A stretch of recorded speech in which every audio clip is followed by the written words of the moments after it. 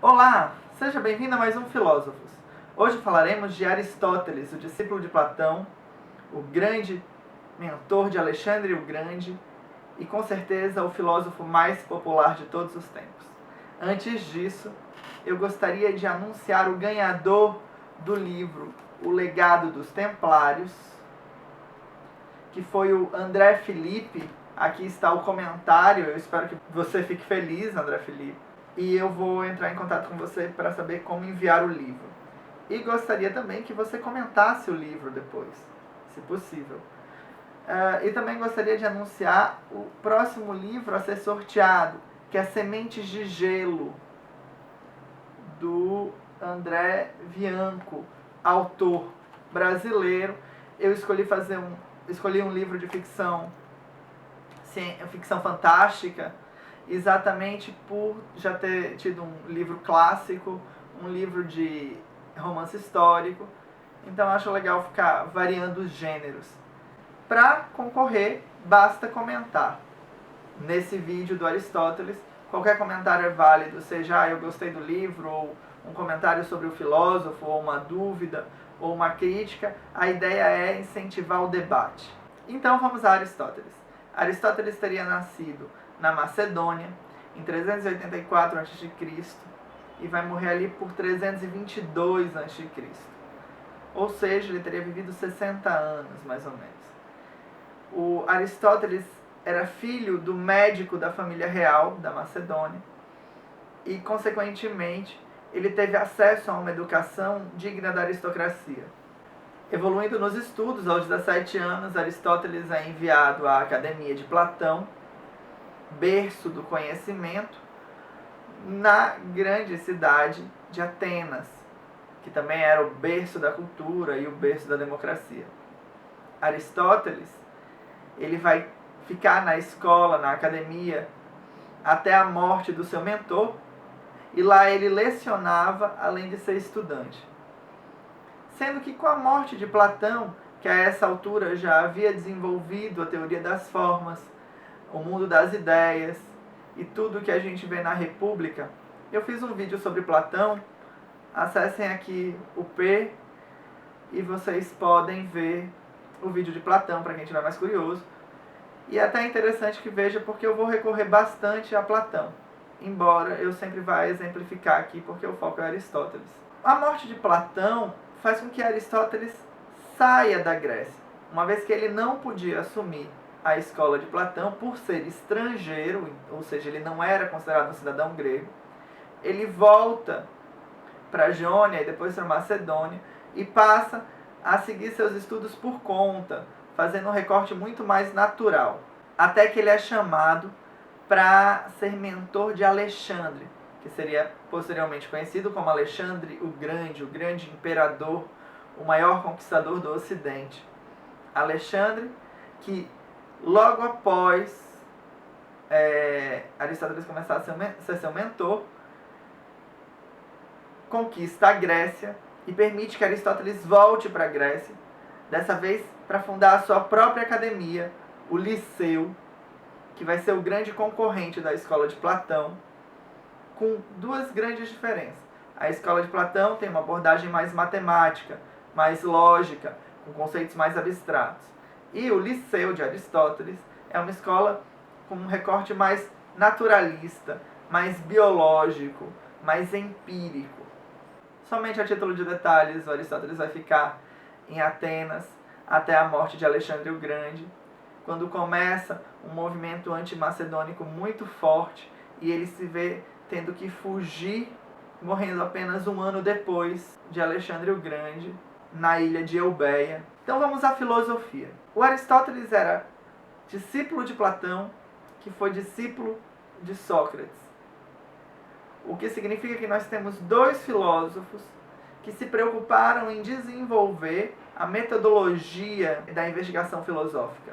Aristóteles, a partir do momento que ele assume a pesquisa própria, ele faz um recorte naturalista, muito por influência do pai dele, que era biólogo. E esse recorte biológico é a partir de observações.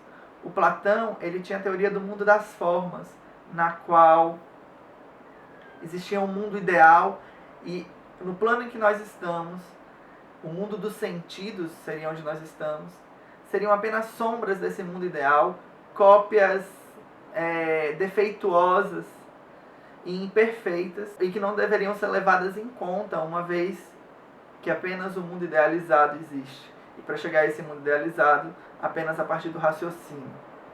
Aristóteles vai dizer, epa, peraí, e se nós observarmos?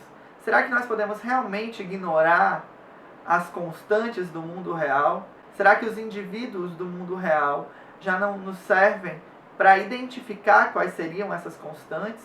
Antes disso, vale lembrar que nos últimos diálogos, o Platão já assume que algumas teorias mais antigas, como a teoria das formas, possuem defeitos. E assim, muitos autores, pelo que eu vi, pelos textos que eu li, acabam assumindo que era a influência do Aristóteles.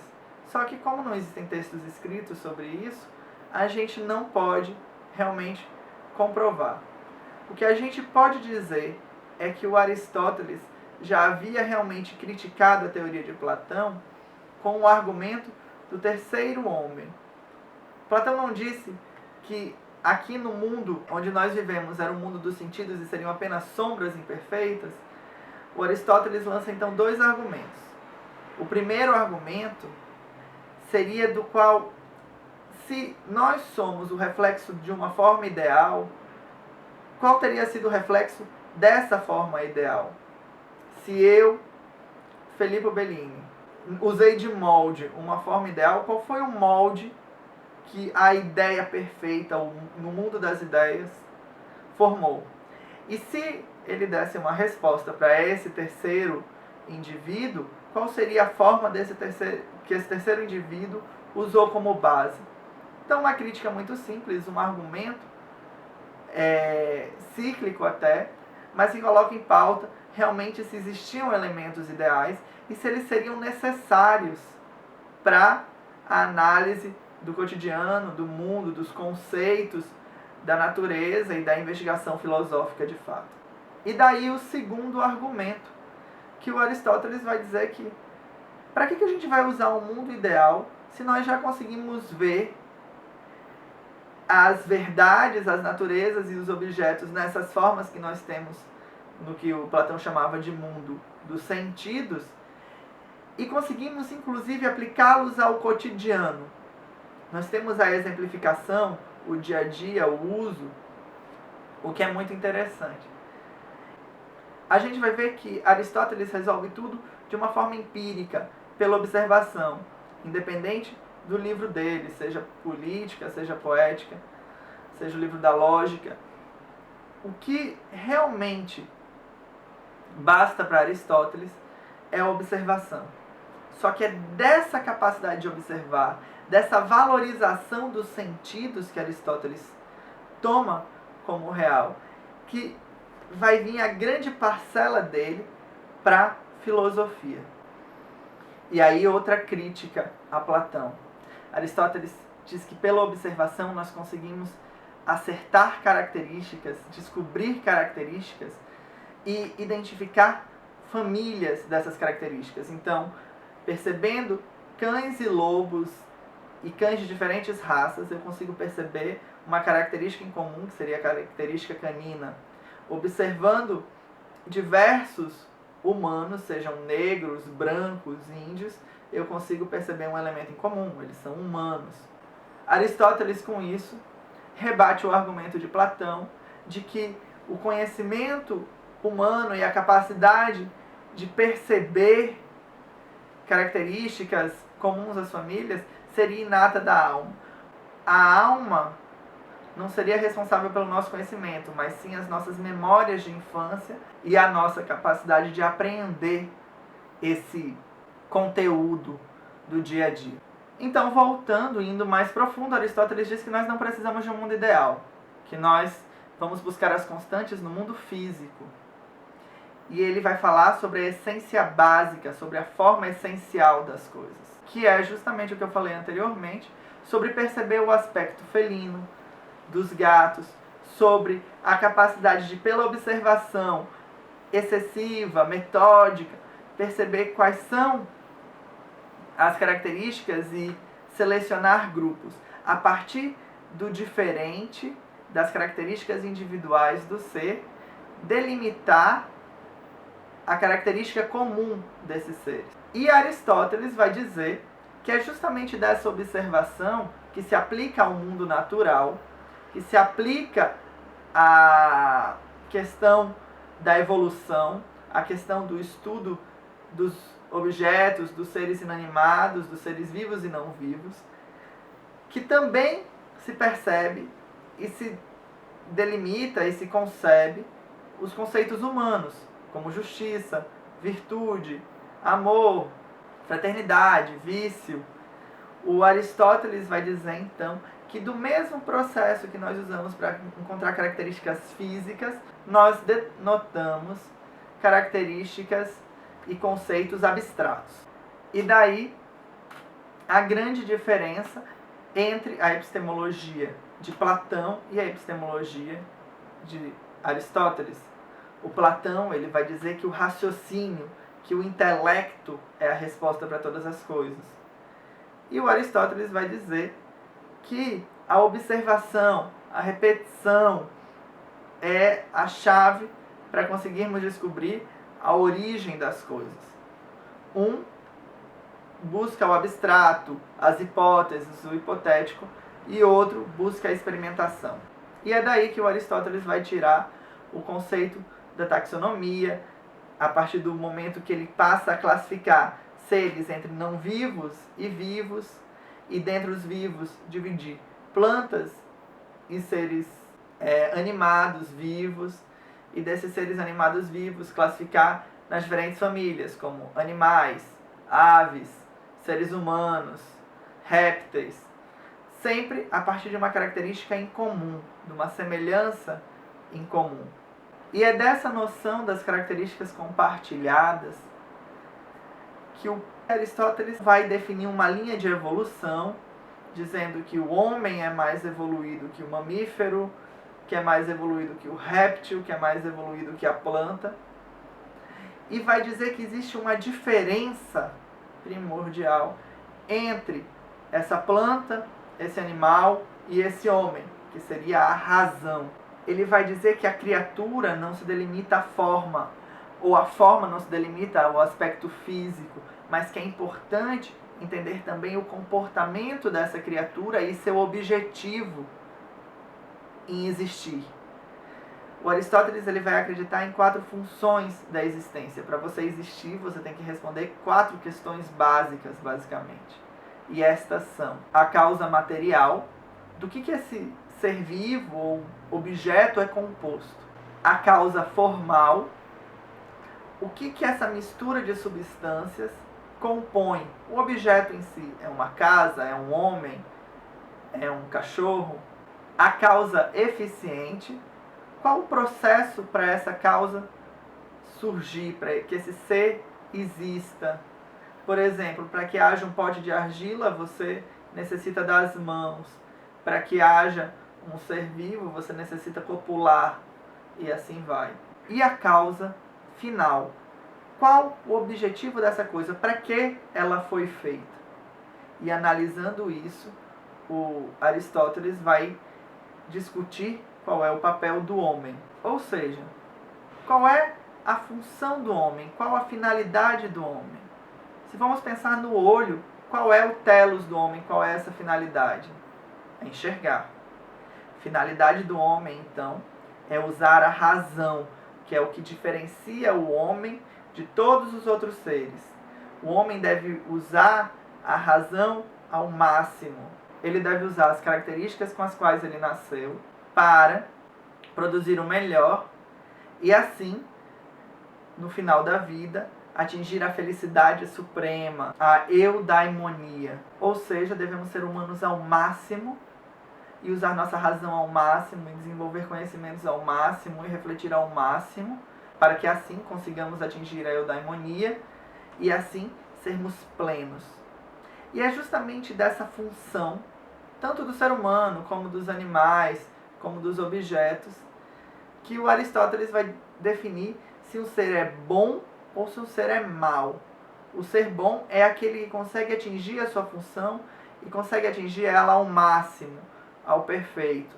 E o ser mau é aquele que, apesar de ter as características, não consegue exercê-las a fim da sua finalidade e é um ponto de excelência. Ou seja, repetindo, o homem busca atingir a felicidade suprema e essa felicidade suprema só é atingida através do máximo de sua virtude, que para Aristóteles é a sabedoria.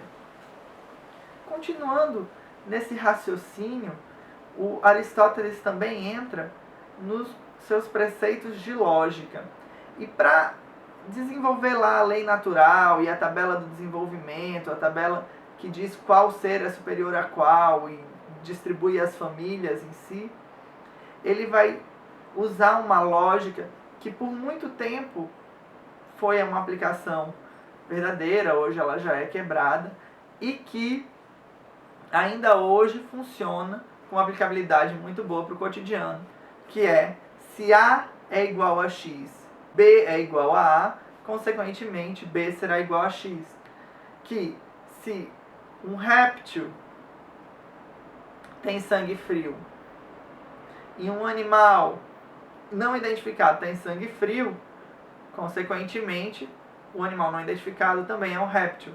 Se uma ave voa e produz ovos, consequentemente, se ele encontrar um animal que voa e produz ovos e não é identificado, ele vai inferir que aquilo ali é uma ave. Isso é o que é chamado pelo Aristóteles de silogismo. Bom, antes de terminar, eu gostaria de falar um pouquinho sobre o livro da Política de Aristóteles e como Aristóteles concebia esse ser humano em uma noção cotidiana. Aristóteles vai dizer que o ser humano ele é sociável, que o ser humano ele necessita estar em sociedade, e se ele não está em sociedade, consequentemente ele é um ser humano incompleto, ele é um ser humano com falhas, ele é um mau ser humano. Ele vai dizer que então o governo é necessário, o ser humano precisa ser governado e precisa estar em um sistema de governo, seja ele a monarquia, a democracia ou a aristocracia. Ele vai dizer também que, ainda contrariando Platão, que não é o filósofo que tem que gerir, e sim aquele que sabe o que é melhor para o povo. Se for um filósofo também, ótimo, mas isso não quer dizer necessariamente uma regra. E ele vai definir o governo como um governo puro e um governo maculado. Ele vai dizer que, enquanto a aristocracia, que é um governo de muitos, for governado em pleno e para o povo, ele será uma aristocracia. Consequentemente, se ele passar a pensar apenas nele, na cúpula, ele passará a ser uma oligarquia. A monarquia, que é o governo de um só, se ele for para o povo e condizente com o povo e para o bem de todos e bem do Estado, ele será uma monarquia, um governo puro. A partir do momento que o seu rei, que o monarca, passa a pensar só nele, ele passa a ser um tirano, ele passa a ser um governo maculado. E assim funciona para a democracia. A democracia, que é o governo do povo, mas que passa a não funcionar bem, vira uma demagogia. Aristóteles também vai falar do conceito de classes superiores. Ele vai dizer que existem 3 classes superiores. O soldado, que é aquele que tem uma função na sociedade de proteger, governar e manter estável o Estado. O sacerdote, aquele que mantém as tradições e a religião. E o magistrado, aquele que pesquisa e que desenvolve conhecimento e retém o conhecimento científico e filosófico. Vale também lembrar que, embora Aristóteles tenha trabalhado muitos conceitos de governo, filosoficamente a abordagem dele é mais na noção de coletivo, e que, apesar dele ser realmente muito contundente até os dias de hoje, e tendo sido trabalhado na Idade Média, posteriormente, e agora no século XX, ainda tem gente trabalhando com ele, com os modelos políticos dele, Aristóteles acreditava que existem sim seres humanos que não podem gerir eles mesmos, que não podem governar. O escravo da Grécia, que era o servo, ele tinha que ser escravo. Ele era escravo porque ele não tinha capacidade de se governar, ele trabalhava. Da mesma forma, o servo, da mesma forma, o artesão. Essas pessoas que só trabalham seriam consideradas por Aristóteles classes inferiores, teriam de ser governadas. E sim, ele defendia que elas eram governadas porque elas não tinham tempo para elas. O homem sem o mínimo de ócio tem de ser governado, pois ele não consegue filosofar ou raciocinar ou exercer sua sabedoria. Da mesma forma, ele perseguia as mulheres, ele não considerava as mulheres seres superiores, ou seja, não eram capazes para governar. Gente, eu vou acabar por aqui. Eu sei que o vídeo ficou longo. Muito obrigado para quem acompanhou até agora. Eu espero que vocês tenham gostado. Acessem www.ligadosfm.com e www.revistaligados.com. Os vídeos são semanais. O próximo vídeo é sobre Epicuro. Comentem, favoritem, deem like. E por favor, vamos interagir. Eu gosto de interação, eu gosto de conversar e eu também estou aprendendo. Os links embaixo são bem mais completos. Você tem aulas falando sobre lógica, palestras, desenhos animados, curtas. Vocês têm os artigos acadêmicos que eu usei. Olhem lá. Quem tiver mais interessado, pergunte. E se eu estiver errado, por favor, comentem também. Muito obrigado e até a próxima.